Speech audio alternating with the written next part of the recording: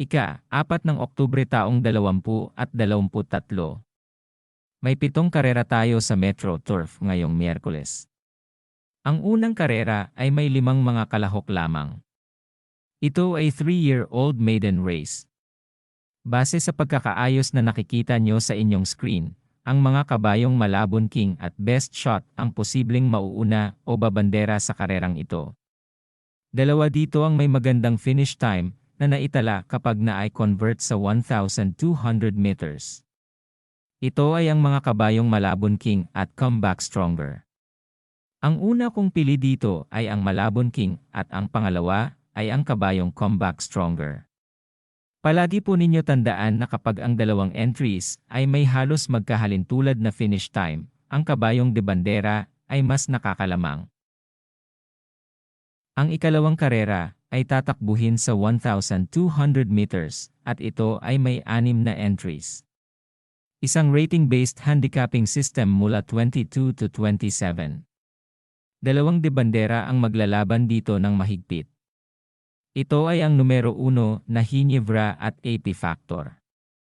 Kapapanalo lamang dito sa grupo na ito ng numero 1 may 24 na araw na nakakalipas. Sa aking palagay ay makukuha ng Ginebra ang unahan, pero maaring mas tumagal ang numero 3 na AP Factor. Kaya ang aking unang pili ay ang numero 3 na AP Factor, at kukuha ako ng isang stalker o kayang sumunod lang bilang aking pangalawang pili sa karera na ito. Ang aking second choice ay si Rocking Bell na nasa numero 5. Naipanalo na ito ni PM Cabalejo noong nakaraang Hulyo 1 sa kaparehong grupo na tatakbuhin ngayon. Dito sa race number 3 ay may 6 na kalahok lamang pero 4 dito ang de bandera. Ang distansya ay 1,200 meters. Gamay ni jockey si El Advincula ang Smart Julian at tingin ko ay mauuna ito dito at hindi kalayuan o makakasabay sa kanya si Iikot Lang at Steady Cat.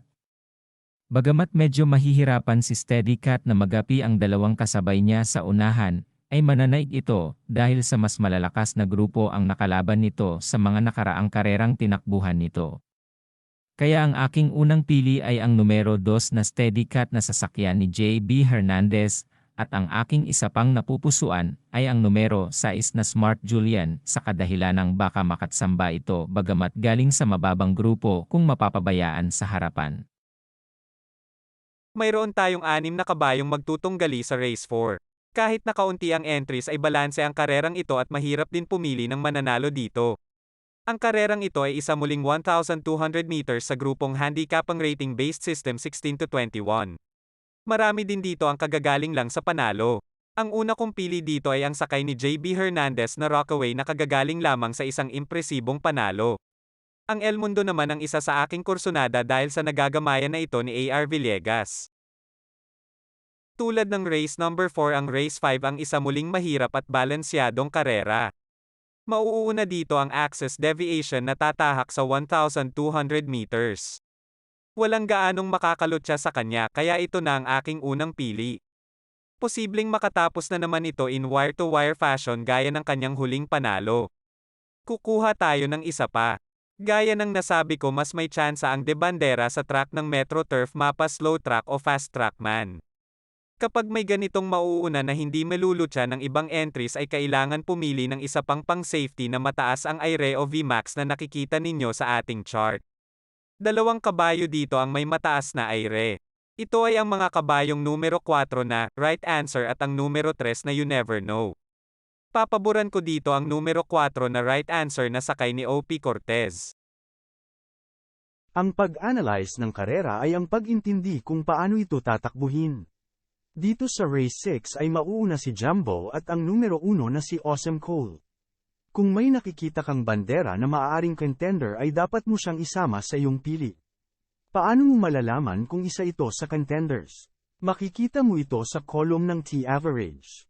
Ang ating mga dapat ma-consider sa karerang ito o ang mga contenders ay ang numero 8, numero 1, numero 4, 5, 6, at 7. Kung stalker o closer ang ating pipiliin na contender, dapat ay mayroon itong mataas na IRE.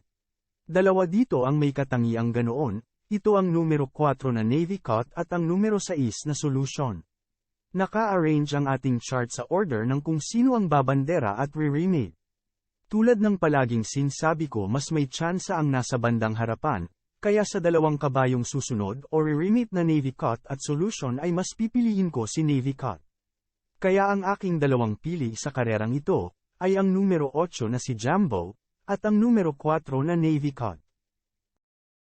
Magtutunggali ang 8 kabayo sa ating huling karera na tatakbuhin sa 1,400 meters. Ang Smiling Lady at Sinag ang posibleng magdala ng bandera. Sa palagay ko ay handa nang manalo dito ang Smiling Lady at pwedeng manalo ng start to finish.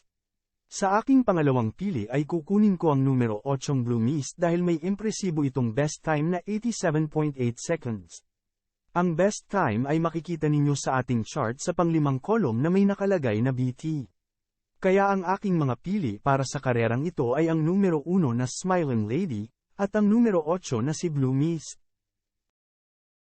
Sana ay nakatulong ako sa pagpili ng inyong tatayaan sa mga karera ngayong ika-4 ng Oktubre taong 2023. Huwag po ninyo kalimutan mag-subscribe at good luck po sa inyong lahat.